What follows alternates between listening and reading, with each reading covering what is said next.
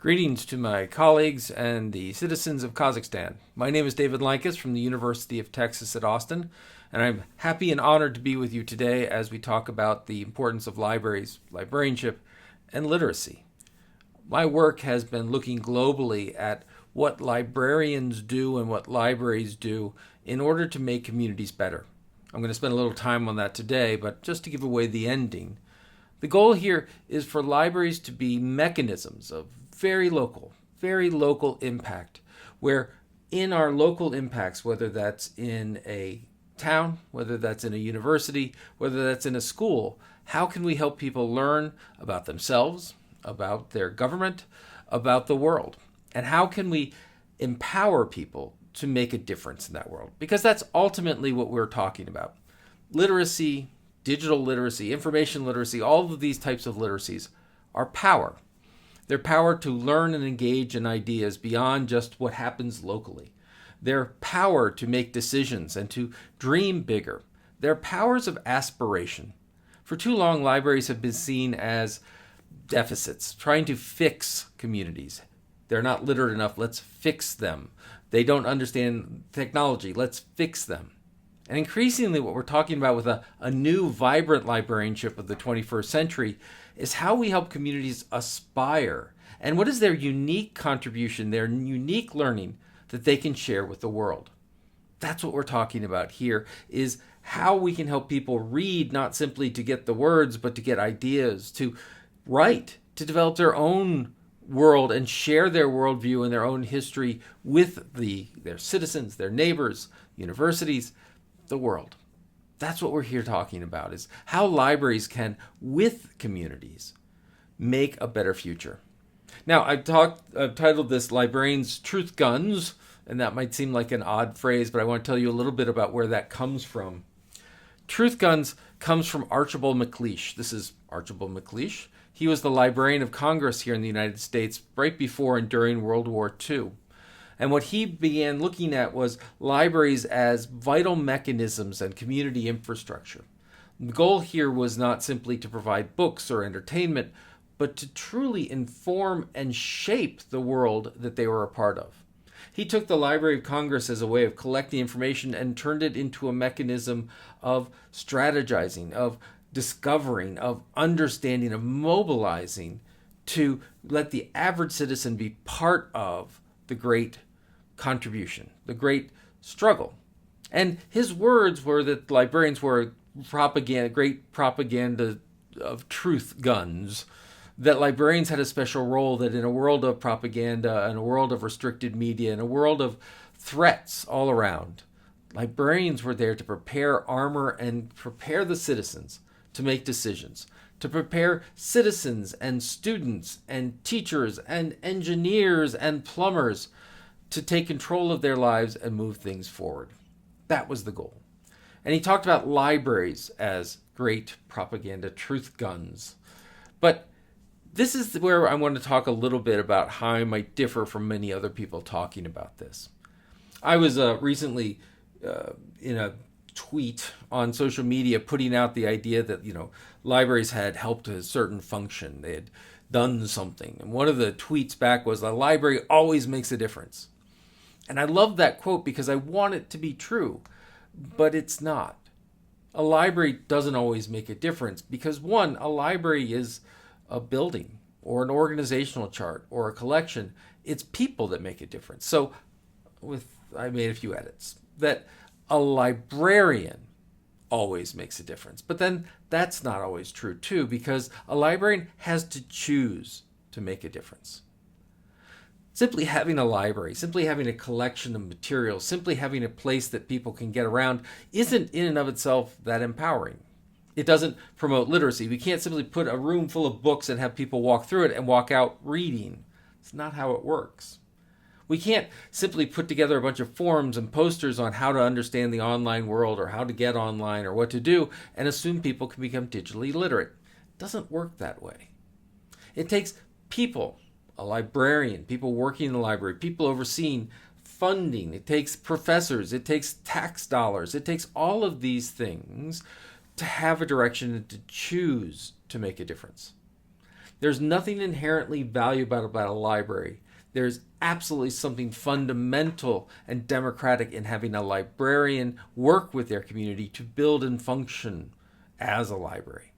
And that's what we're going to talk about a little bit today, which is, it may sound odd, but I want to help redefine what a library is. But to do that, I need to start by redefining what a librarian is.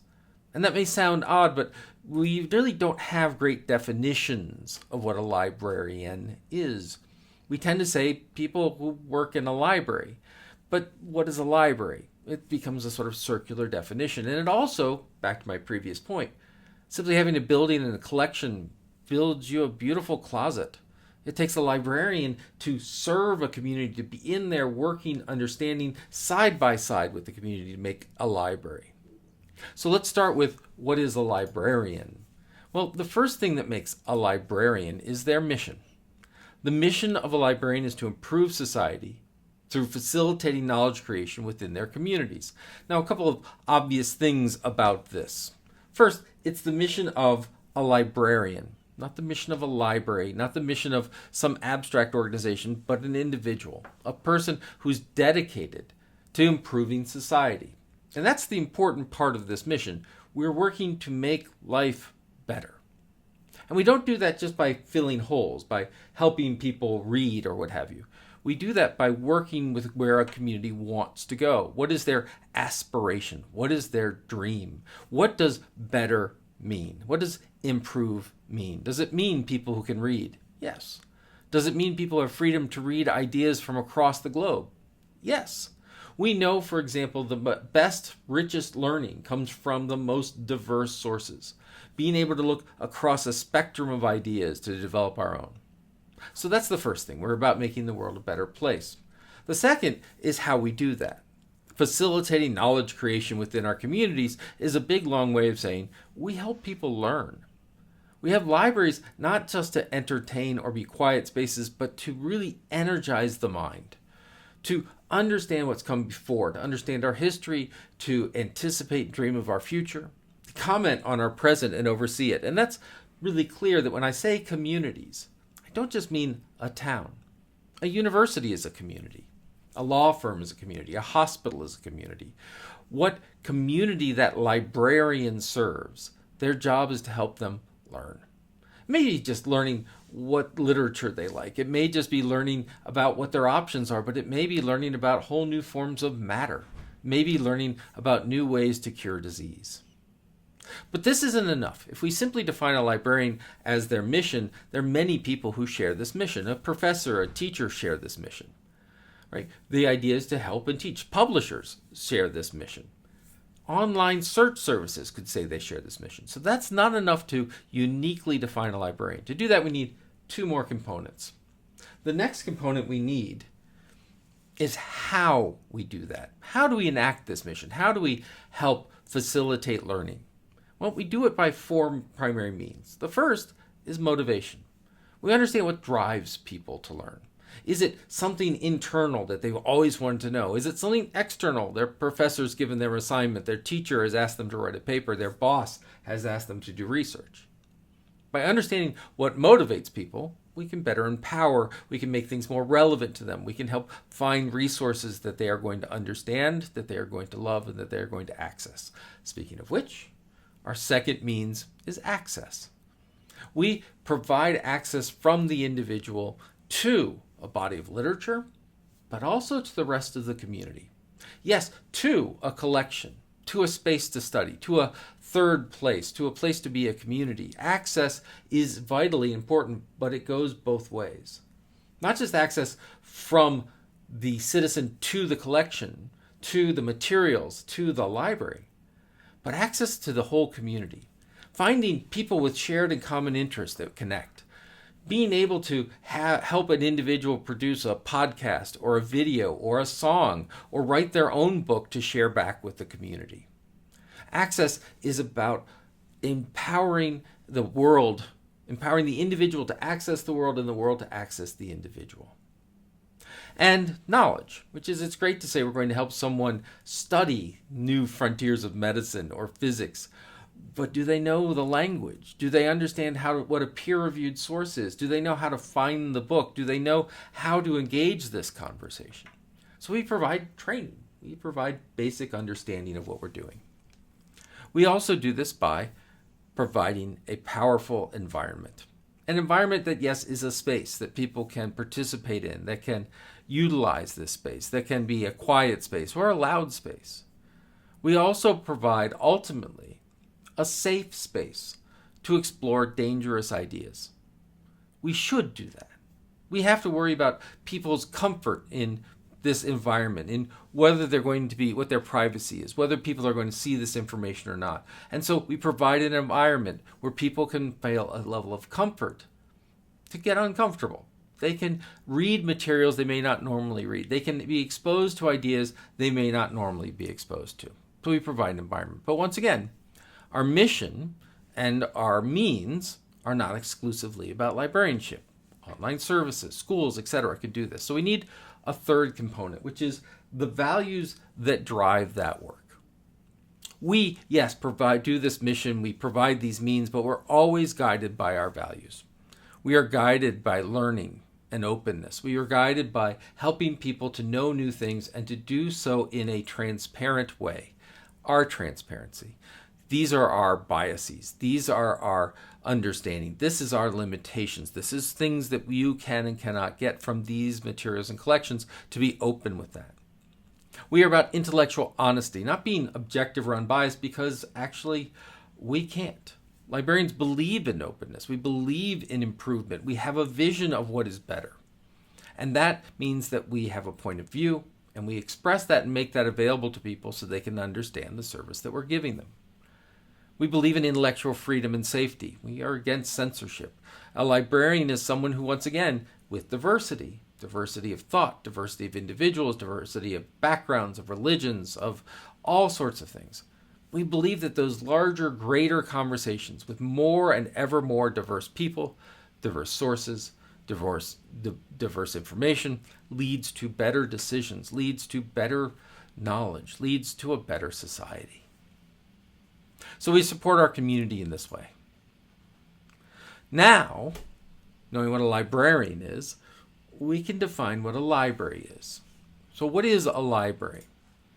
A library is a mandated, facilitated space, maintained by the community, stewarded by librarians, and dedicated to knowledge.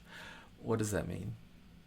A library, first of all, is mandated. We have to have a mission to have a library, whether that's a certification, an accreditation, whether that's a license, whether that's part of the organizational structure. The community has to say, we want a library. But it's not just an empty space with a lot of materials. It's a facilitated space. That means we think about how tall the shelves are. Can kids come in? Is this the quiet area? Is this the loud area? The librarian doesn't simply open a door. The librarian creates a playground for the mind. And that's a facilitation. That is maintained by the community, paid for by the community in tuition dollars, in tax dollars, in time, in space, giving people a place to build a library. That's all the community's contribution and ownership of this library function. Stewarded by librarians. That is, communities really shape a library. A library should, in essence, shape itself around the community. Instead of every library looking the same, they look very different from each other, but very much like the community they're serving. And that's where librarians come in, because librarians, as stewards, as managers, as orchestrators of a librarian, their job is to not simply listen to the community, because the community often has many, many, many different voices, and often voices in conflict. And a librarian's job is to listen to the different voices, to weave together a community fabric where possible, and to always have their values as part of this conversation. A librarian doesn't disappear. A librarian is very active, and their voice is active in the library world. And finally, dedicated to knowledge. Now that's oftentimes misconstrued as dedicated to materials, dedicated to books, dedicated to databases, dedicated to stuff. But that's not what I mean. Knowledge is a uniquely human attribute. It's what people understand and how they see the world. When they write a book, it's not recorded knowledge. It becomes an artifact. It becomes a shadow, a reflection of what someone knows. And when someone reads the book, they're not having a conversation with the author. They're not automatically getting the knowledge of the author. They're having a conversation with themselves. They're building new knowledge, knowledge that is uniquely theirs and is contextualized by their lived and world experience. And that's why when I say that librarians are stewards of knowledge, they're actually stewards of communities and how communities learn. Instead of focusing on collection development, we need to focus on connection development. It's not just important, but not just how do we have a collection, how do we organize materials, how do we do some services around literacy. It's understanding the people. How does this individual learn? What does this individual know, and how will that spark the imagination of this individual? How can these groups get together? What's the possibility we never thought of? What's the new business that's created? How can we understand new laws and policy and legislation? That's what we're trying to facilitate here in our buildings or online, with our books or with the space, with people coming together and saying, this is how we see a better world. And librarians marshaling themselves to make that happen, putting together the tools and the time and the place, but ultimately the idea of a conversation, a great conversation within the community that expands to other communities, that expands to regions, that expands to states, that expands across the globe on what a better tomorrow is. That's the power of librarianship, that giving people the tools to know, to learn, to understand as a verb, that's what we're seeking to do, to spark a new community that not only serves a community, but ultimately one that saves a community. We must, hand in hand with our communities, serve and save these communities. We must go in and work with those elected, work with those who did the electing, work with our professors, work with our students, work with our teachers, our principals, our plumbers, our housewives, our mechanics, our engineers, to create a great conversation about what we mean by a better tomorrow. And libraries are uniquely situated to do this because they're very local to that community, to that college, to that business, dedicated to knowledge and learning, not constrained by a curriculum, not constrained by a textbook, but open to understand. For those in school and who have been out of school for 50 and 60 years. That's what libraries give us the opportunity to do.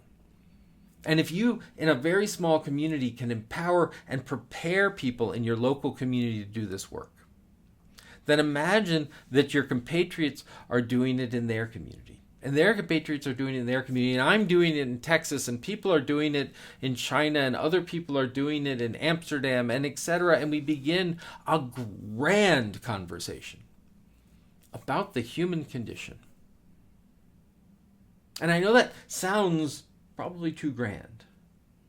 But what it begins with is it begins with someone picking up a book and someone saying, I didn't know that, and now they do. It begins with someone admitting that they don't know something and having help saying, that's okay, let's help you. In creating the spaces of discussion, of conversation, of vital social infrastructure.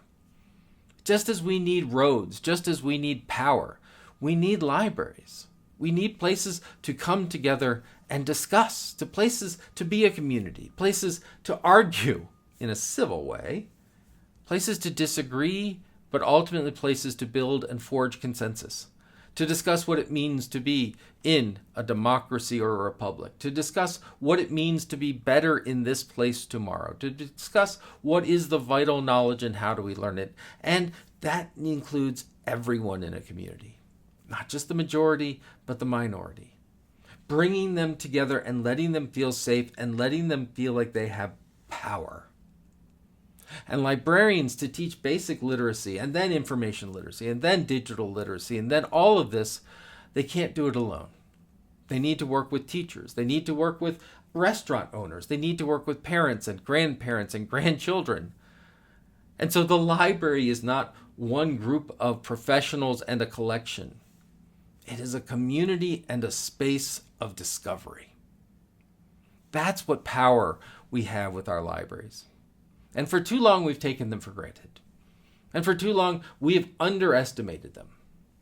We must expect more out of our libraries, more than places that people who could already read go to read, more than places that are built in the walled gardens of a university or a college. We must expect libraries to be active, positive, radical change agents that seek to make a better tomorrow, that have a view of openness, that have a view of power within the people, power of democracy, power to understand and see the world differently, to come together to tackle the hardest issues we face today. That's what we need to expect of our libraries. And no one library and no one librarian can do that. And no group of librarians can do that. Only librarians working in concert with communities can create this movement of positive change. I thank you again for your time. I thank you again for this opportunity. I hope that we begin a long-standing conversation about how we can expect more of our libraries and how we can build a better future. Thank you.